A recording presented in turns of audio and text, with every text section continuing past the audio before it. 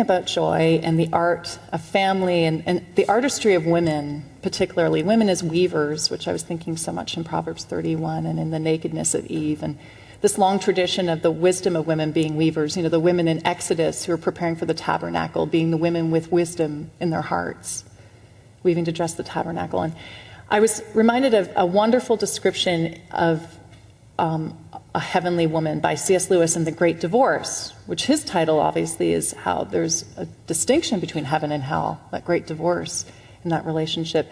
And he shows in his fictional account, in his imaginative view, he shows the heavenly people as larger than life, as big, as having a greatness of spirit, and those in hell defined by their smallness, their pettiness, and that you can't take anything from heaven into hell.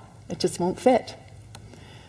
And so there's this wonderful passage about a woman that the narrator's sort of stuck between. He's sitting on the fence, and which is, I think, where many people are. And I was so struck by particularly this description of one of the bright spirits he comes across. He writes, "I cannot now remember whether she was naked or clothed.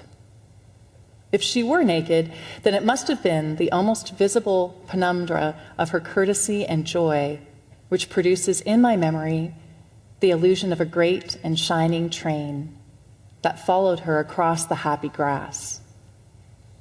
If she were clothed, the illusion of nakedness is doubtless due to the clarity with which her inmost spirit shone through her clothes.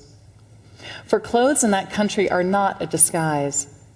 The spiritual body lives along each thread and turns them into living organs. A robe or a crown is there, as much one of the wearer's features as a lip or an eye. But I have forgotten, and only partly do I remember the unbearable beauty of her face. Is it, I whispered to my guide. Not at all, said he. It's someone you'll never have heard of. Her name on earth was Sarah Smith, and she lived at Golders Green. She seems to be, well, a person of particular importance. Aye, she is one of the great ones. Ye have heard that fame in this country and fame on earth are two quite different things. And who are these gigantic people? Look, they're like emeralds who are dancing and throwing flowers before her. Haven't ye read your Milton? 1,000 liveried angels lackey her. And who are all these young men and women on each side? They are her sons and daughters. She must have had a very large family, sir. Every young man or boy that met her became her son, even if it was only the boy that brought the meat to her back door. Every girl that met her was her daughter. Isn't that a bit hard on their own parents?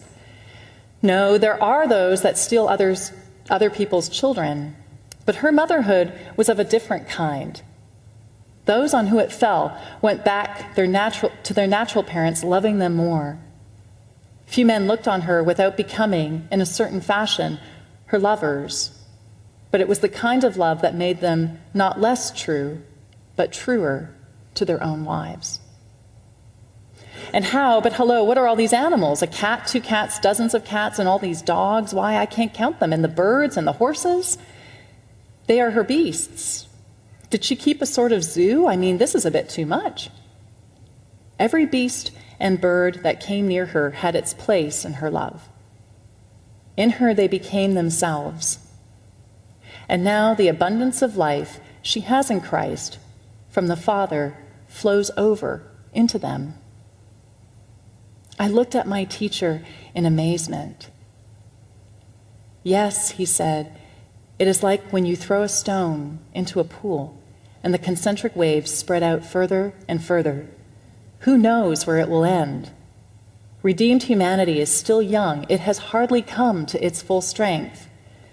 But already there is joy enough in the little finger of a great saint, such as yonder lady, to waken all the dead things of the universe into life.